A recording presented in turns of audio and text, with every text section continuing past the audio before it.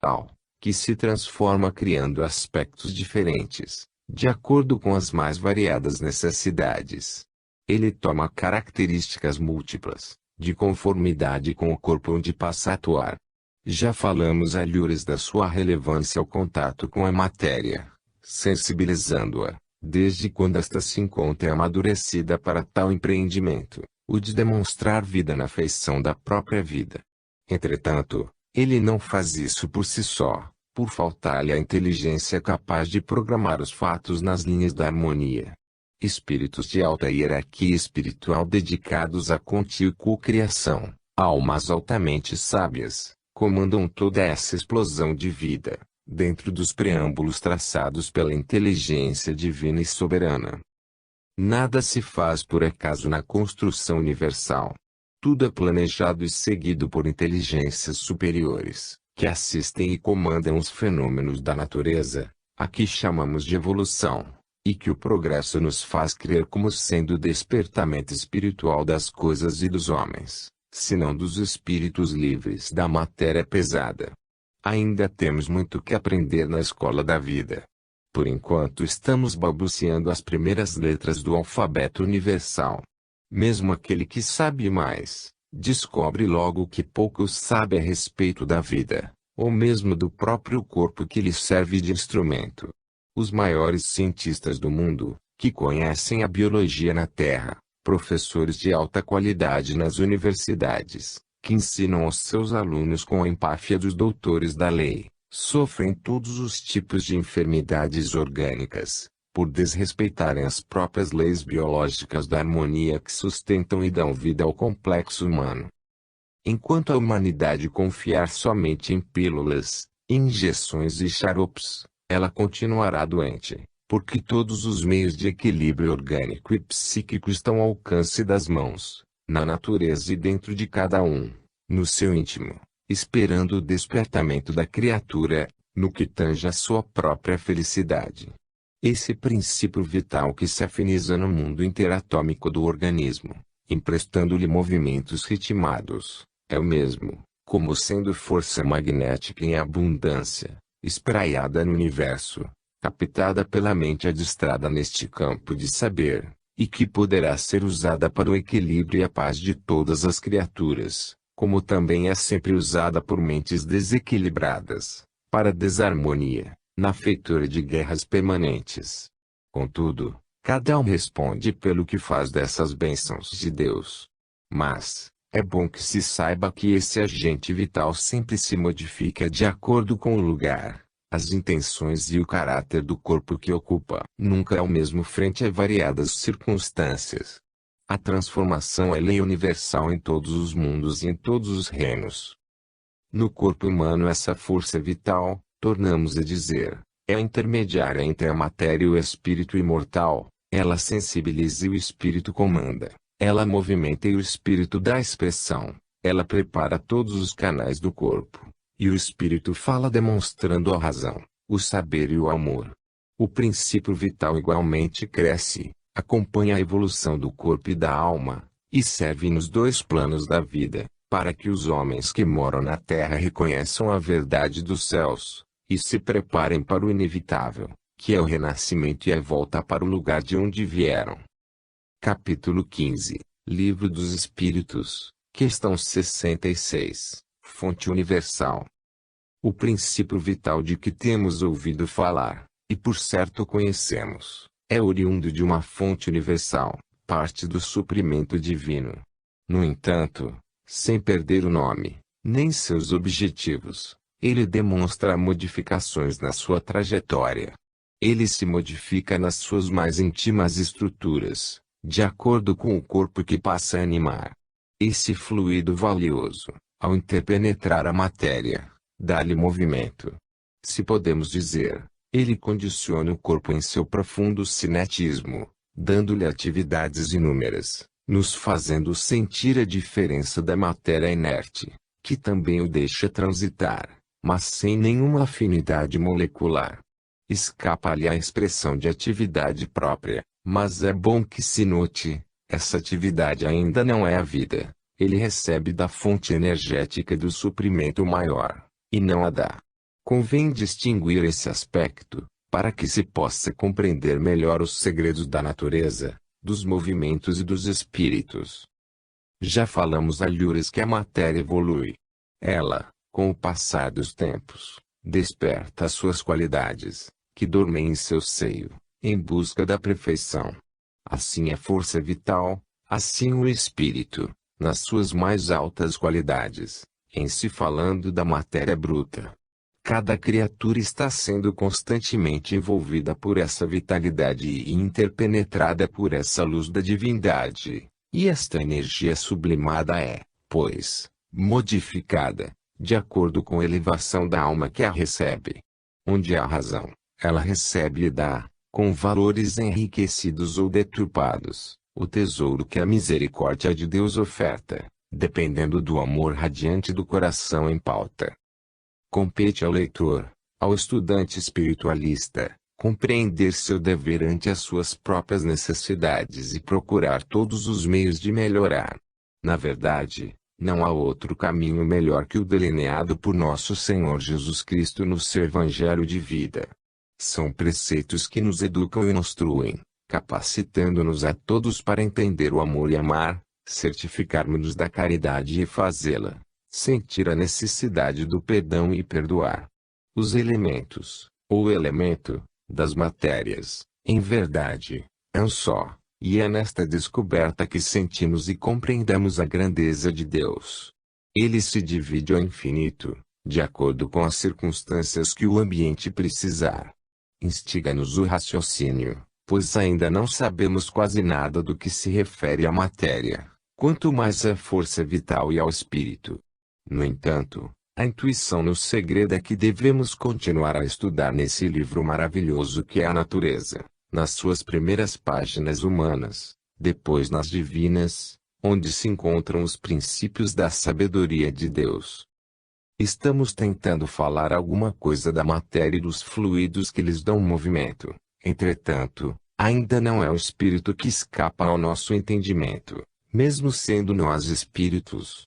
É o que ocorre com o corpo físico. Os encarnados estão revestidos dele e, por incrível que pareça, desconhecem quase por completo as suas funções, que têm muito a ver com a harmonia do universo.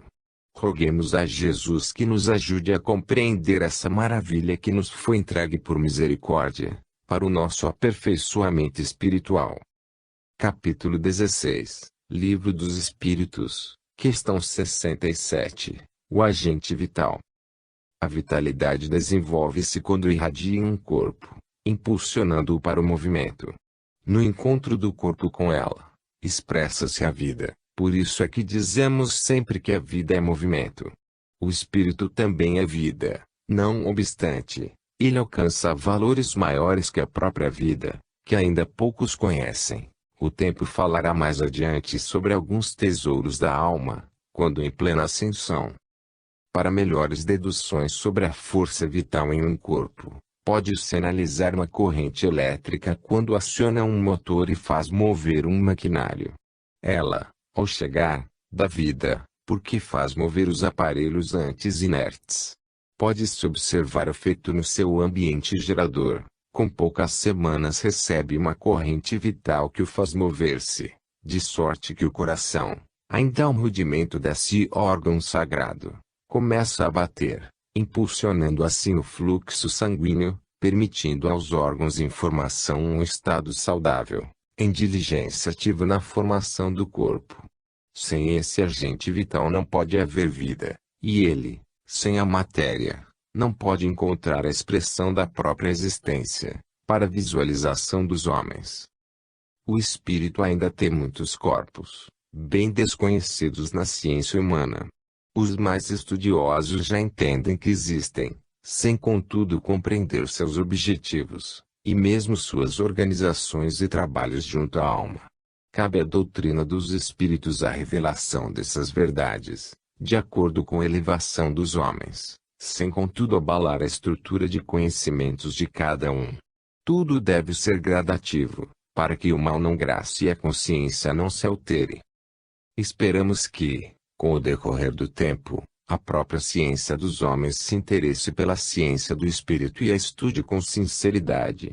Aí vamos encontrar muitos instrumentos com capacidade de receber os valores das revelações espirituais.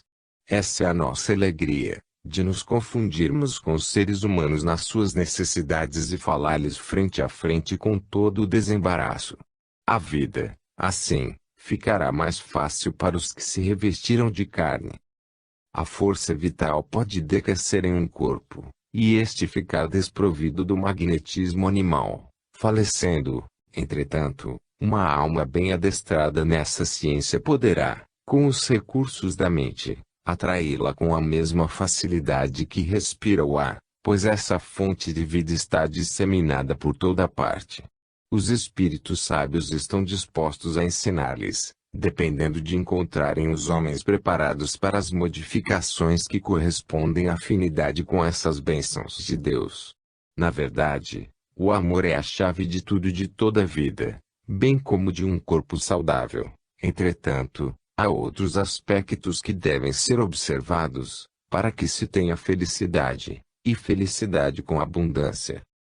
Tudo que existe se integra em uma corrente de vida universal, em busca do despertamento de todas as suas qualidades, e esse intercâmbio, essa união de todas as coisas, é força do amor de Deus para a paz e a luz de todas as criaturas. Homens, uni-vos no bem e vos centreis melhor. Todas as portas se abrirão como que por encanto. Eis aí Deus e Cristo a vos ofertarem os caminhos para que possais compreender as leis que governam e assistem a todos. E quando todos passardes a amar, a força vital que vos estimula a vida será mais ativa e vos mostrará ângulos mais convenientes para seguirdes em direção a Deus. Capítulo 17, Livro dos Espíritos, questão 68, a causa da morte. A causa da morte de um corpo é o esgotamento orgânico. Quando se processa a velhice, os órgãos enfraquecem e a vitalidade diminui. No entanto, a morte por desastre interrompe por vezes o movimento orgânico e a interligação de uns órgãos com os outros. A força vital desapropria-se da área que comandava e tudo entra no caos, por faltar harmonia no conjunto. A verdadeira causa da morte é de difícil comprovação, dado o engenhoso esquema espiritual, traçado à luz do karma de cada espírito, bem como, e certamente, do seu livre-arbítrio. O poder da vontade soma como bênção de Deus e pode modificar o cronograma, assim como os homens podem e mudam de vez em quando as suas próprias leis. A morte de cada corpo humano não é um determinismo. A vida pode se estender o quanto for necessário, desde que os agentes da espiritualidade maior acharem conveniente tal decisão. Assim, as provas, infortúnios e sofrimentos tanto podem aumentar como diminuir. O mundo espiritual, que comanda a existência dos homens na Terra, escolhe o melhor para cada um. Surgem questionamentos quanto ao fato de um homem de bem morrer jovem, sendo que o inconveniente é a sociedade permanece até a velhice. Isto porque os espíritos que dirigem a humanidade têm olhos para ver as necessidades mais profundas de cada um. Não há injustiça em campo algum de vida. Cada qual recebe somente o que merece nas linhas que percorre. Devemos procurar estudar mais as leis de Deus, que encontraremos a verdade, como se respira o ar e se sentem os raios do sol. A morte é sinônimo de desagregação da forma física, sem que desapareça a vida do corpo, e muito menos a do espírito. Tudo criado por Deus tem vida imortal. O que ocorre são infinitas transformações, que se processam no seio daquilo que existe. E quando nos é facultada a oportunidade de falar sobre o espírito, geralmente usamos termos conhecidos pela humanidade, porém, todos eles são pobres para explicar o valor da alma. Alhures dizemos que o espírito é vida, no entanto, a vida é atributo do espírito, como o amor, a caridade etc. Todos os valores que conhecemos são atributos dessa chama divina, que acordam em si com a sua presença. Qual a definição que poderemos dar para espírito? Onde encontraremos termos adequados? A pobreza da linguagem nos enfraquece a razão, Sentimos o que é o Espírito sem ter condições de descrever o que realmente ele é. Por aí, pode-se deduzir o que Deus representa para nós, e as dificuldades que temos para falar sobre o soberano Senhor. Pouco passamos do entendimento do índio e, se quisermos avançar, diremos, repetindo João Evangelista, Deus é amor. E com mais propriedade repetiremos Jesus, quando nos ensina, Pai nosso que estás nos céus.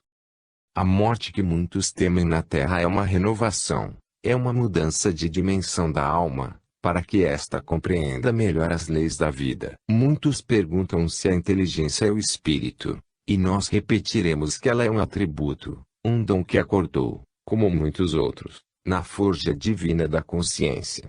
E é nessa linha de entendimento que notamos que nada morre, tudo vive na vida de Deus.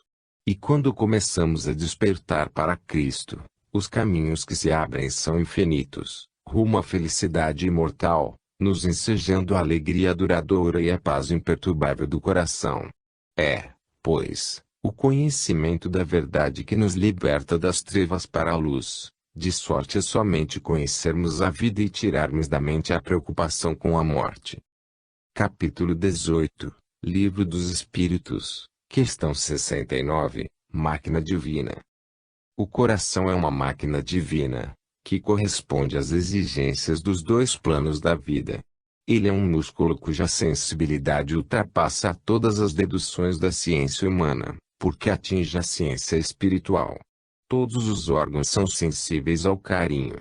Esse fato foi comprovado por muitas experiências. No entanto, o coração é muito mais que todos eles, acudindo ao pedido da mente com imediata presteza, principalmente quando se fala a ele com afeto, porque o amor faz mudar o seu próprio ritmo. O centro de força cardíaco é responsável pela vida desse órgão sublimado, onde o espírito repousa parte de suas forças, as quais são transformadas em sentimentos, que o Cristo tenta educar na sua profunda sabedoria. A vida é engenhosa, na engenhosidade do amor de Deus que nos cerca, e nós somos eternos alunos na escola universal do nosso Pai que está nos céus. Certamente que o coração não é o único órgão vital, pois ele faz parte de um conjunto para que a vida humana se expresse, servindo ao espírito para que este cresça diante do Senhor. No entanto, pode-se dizer, em se tratando das coisas materiais, que o coração é a sede do amor, de sorte a se manifestar para todo o corpo. Todos os órgãos vivem em harmonia, sustentados por fios invisíveis do amor que parte desse fulcro de luz. A ciência oficial na Terra tem muito a aprender sobre esse assunto, e os terapeutas do mundo deveriam procurar se instruir na filosofia do amor, como coadjuvante divino, para a cura de todos os enfermos. Mesmo os animais racionais, tudo que existe, responde ao carinho com trocas indescritíveis, no regime dessa virtude incomparável. O coração do feto começa a bater no ritmo do universo, com apenas quase 3 semanas de vida, pelo impulso da força vital que acorda o micro-homem para uma vida na dimensão física. É a luz que se acende nas entranhas da mãe, pelo amor de Deus, usando os recursos do chakra em movimento. Devemos, de vez em quando, conversar com o nosso coração, da maneira que Jesus ensinou quando instruía seus discípulos, para orarem sem parecer escândalo diante dos outros. Ele sente o que falamos, mas, antes, eduquemos a voz e aprendamos a conversar com amor. Devemos entender que os nossos atos de cada dia são preces ao coração, como a todos os nossos órgãos, todo o nosso corpo, que nos atendem no momento ou depois. Jesus foi o educador por excelência, de quem herdamos as maiores lições para que possamos viver em paz com nós mesmos, respeitando aos outros nossos irmãos em caminho. A ciência chegou ao ponto de trocar órgãos. Louvamos com carinho esse esforço dos homens. Todavia, o futuro nos irá ensinar que devemos trocar o modo de vida antinatural que o homem civilizado engendrou na ilusão de longevidade. A sabedoria somente nos traz felicidade quando acompanhada da educação. O corpo humano é um complexo que só fica bem quando está em harmonia com a criação universal, e o Evangelho nos ensina a retornar às coisas naturais, distribuindo para todos nós um conjunto de virtudes, filhas do amor, como caminhos para a felicidade e para a saúde do corpo e da alma.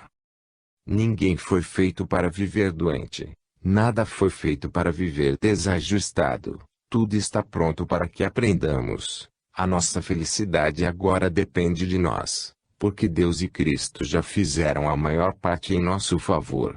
A escola e o Mestre andam conosco, por onde andemos. A luz está acesa desde o princípio, esperando que abramos os olhos para iluminar a máquina divina que trabalha em nosso peito, o coração.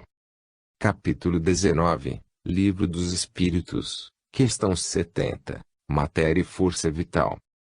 Quando cessa a vida nos seres orgânicos, a matéria se decompõe, por força de determinadas leis que a sustentam e regulam. O princípio vital na criação move os canais de circulação no corpo, deixa-o, após um tempo, retornando à sua fonte e volta a circular no universo em todas as direções, em movimentos sublimados na ordenação da vida. Essa energia divina dá entrada no embrião humano, com 2 semanas e meia, pelo ajustamento do chakra cardíaco do perispírito, ao corpo em formação. Daí é que começa o primeiro impulso do coração, em movimento, mesmo disforme, para a circulação interna do sangue, abrangendo o cordão umbilical e a placenta. O tamanho do coração que começou a pulsar é muitas vezes maior, em proporção ao do adulto, porque é uma bomba para a irrigação de 3 áreas. Essa força vital é inquietante. Ela se esgota por meios diversos, mas se abastece por variadas formas que devemos estudar e compreender. Assim como os pulmões extraem o oxigênio do ar para a purificação do sangue, aliviando a tensão do cérebro para o equilíbrio do corpo, os centros de força extraem do mesmo ar, e fora dele, o hálito divino, na divina sequência dos seus movimentos, abastecendo de força vital a forma física, para que ela continue com os seus movimentos instintivos e as suas defesas naturais, no regime de vida que deve levar. O homem ainda tem outra fonte dessa bênção de Deus, que são os alimentos. Eles, bem triturados, deixam escapar da sua estrutura intrínseca essa força poderosa que restaura quase todos os desequilíbrios físicos, de órgãos por vezes em decadência. E, ainda mais, a mente não deixa de ser um fator muito importante neste trabalho, quando ela é educada nos moldes que a ciência do espírito estabelece, reforçado no Evangelho de Jesus.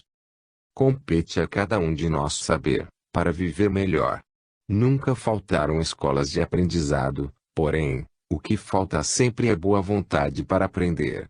O agente vital sensibiliza o corpo para que o espírito possa manejá-lo de acordo com as suas necessidades, assim como a eletricidade o faz com um aparelho, colocando em movimento sob a vigilância do homem. Para cada ser humano há uma cota de energia vital, que pode ser diminuída ou aumentada, de acordo com a capacidade de cada um. A morte do corpo é, pois, a ausência dessa força. Nunca poderemos determinar linhas nem analisar meios, sem variantes. Há casos que contrariam as próprias leis por nós entendidas, dos quais destacamos as provações da alma. No processo reencarnatório, o perispírito traz marcas, como no caso das doenças, que podem se esgotar, de acordo com as provações, a força vital, para que a lei divina esteja à disposição da justiça. E o reparo dessa energia nesse caso tornar-se-á difícil, mas, também nunca impossível, em se tratando de espírito dotado de muita boa vontade na conquista de si mesmo.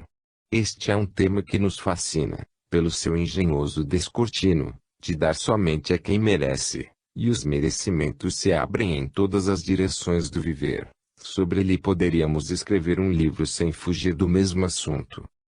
Na vida, nada se perde, a própria matéria tem o condão maravilhoso das mutações.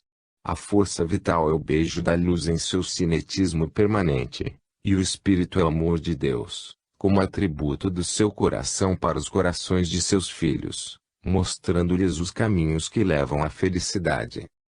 Capítulo 20, Livro dos Espíritos, questão 71. A inteligência é um atributo. A inteligência é um atributo do Espírito. Ela existe na alma desde seus primórdios, obedecendo a uma escala descendente, para depois ascender nesta mesma ordem, desabrochando todas as suas qualidades inerentes aos poderes do Espírito. A faculdade de pensar e de raciocinar dos seres humanos foi o mesmo instinto do animal que desabrochou pela força dos evos e pelas bênçãos do Criador. Esse mesmo instinto esteve antes na vida da árvore, como presença divina estabelecedora da harmonia vegetal. E, descendo mais, vamos encontrá-la na pedra, coordenadora da sintonia atômica, na mais perfeita agregação de elementos, ramificada na inteligência divina. Esse atributo do espírito, no anjo, livre dos embaraços terrenos, passa a chamar-se intuição, faculdade esta conhecida pelos santos e sábios. É bom que meditemos sobre esta frase. O homem começa a entrar na senda da felicidade, quando esquece o raciocínio, por alcançar outro estágio desse atributo divino, no coração que ama, no amor dos anjos. O espírito reencarna para despertar certas qualidades no centro da sua consciência.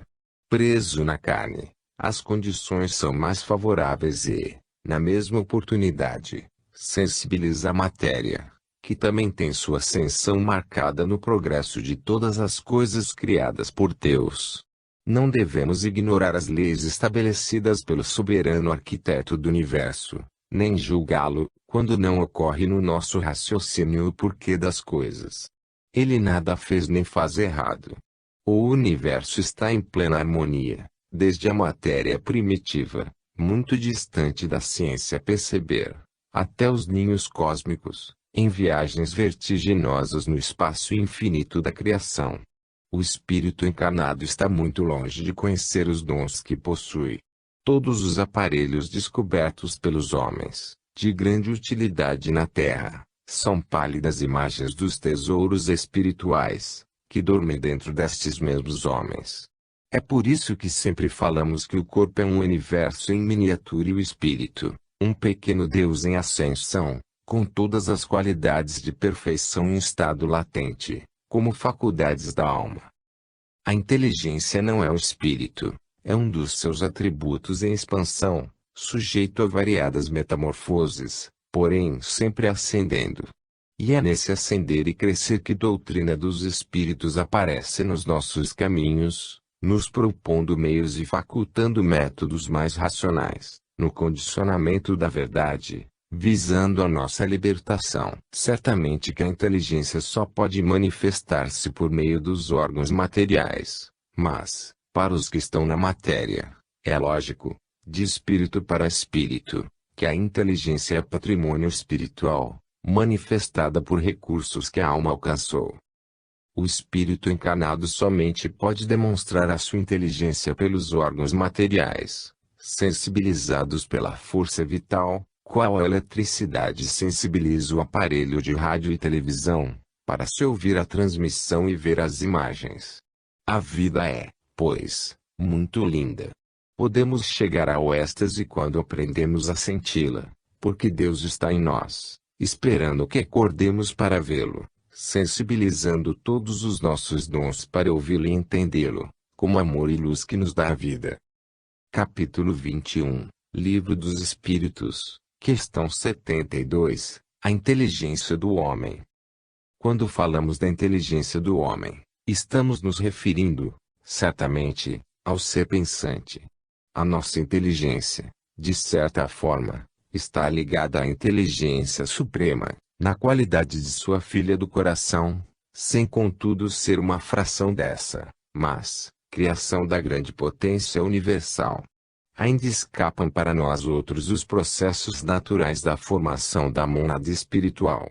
Os detalhes pertencem à excogitação do tempo, pelos canais do espaço. A verdade é disseminada para todos e para cada um, na própria dimensão em que vive. Não há violência para nenhum reino de vida. O Criador dispõe de sua sabedoria soberana, de forma a nos conduzir para os nossos irmãos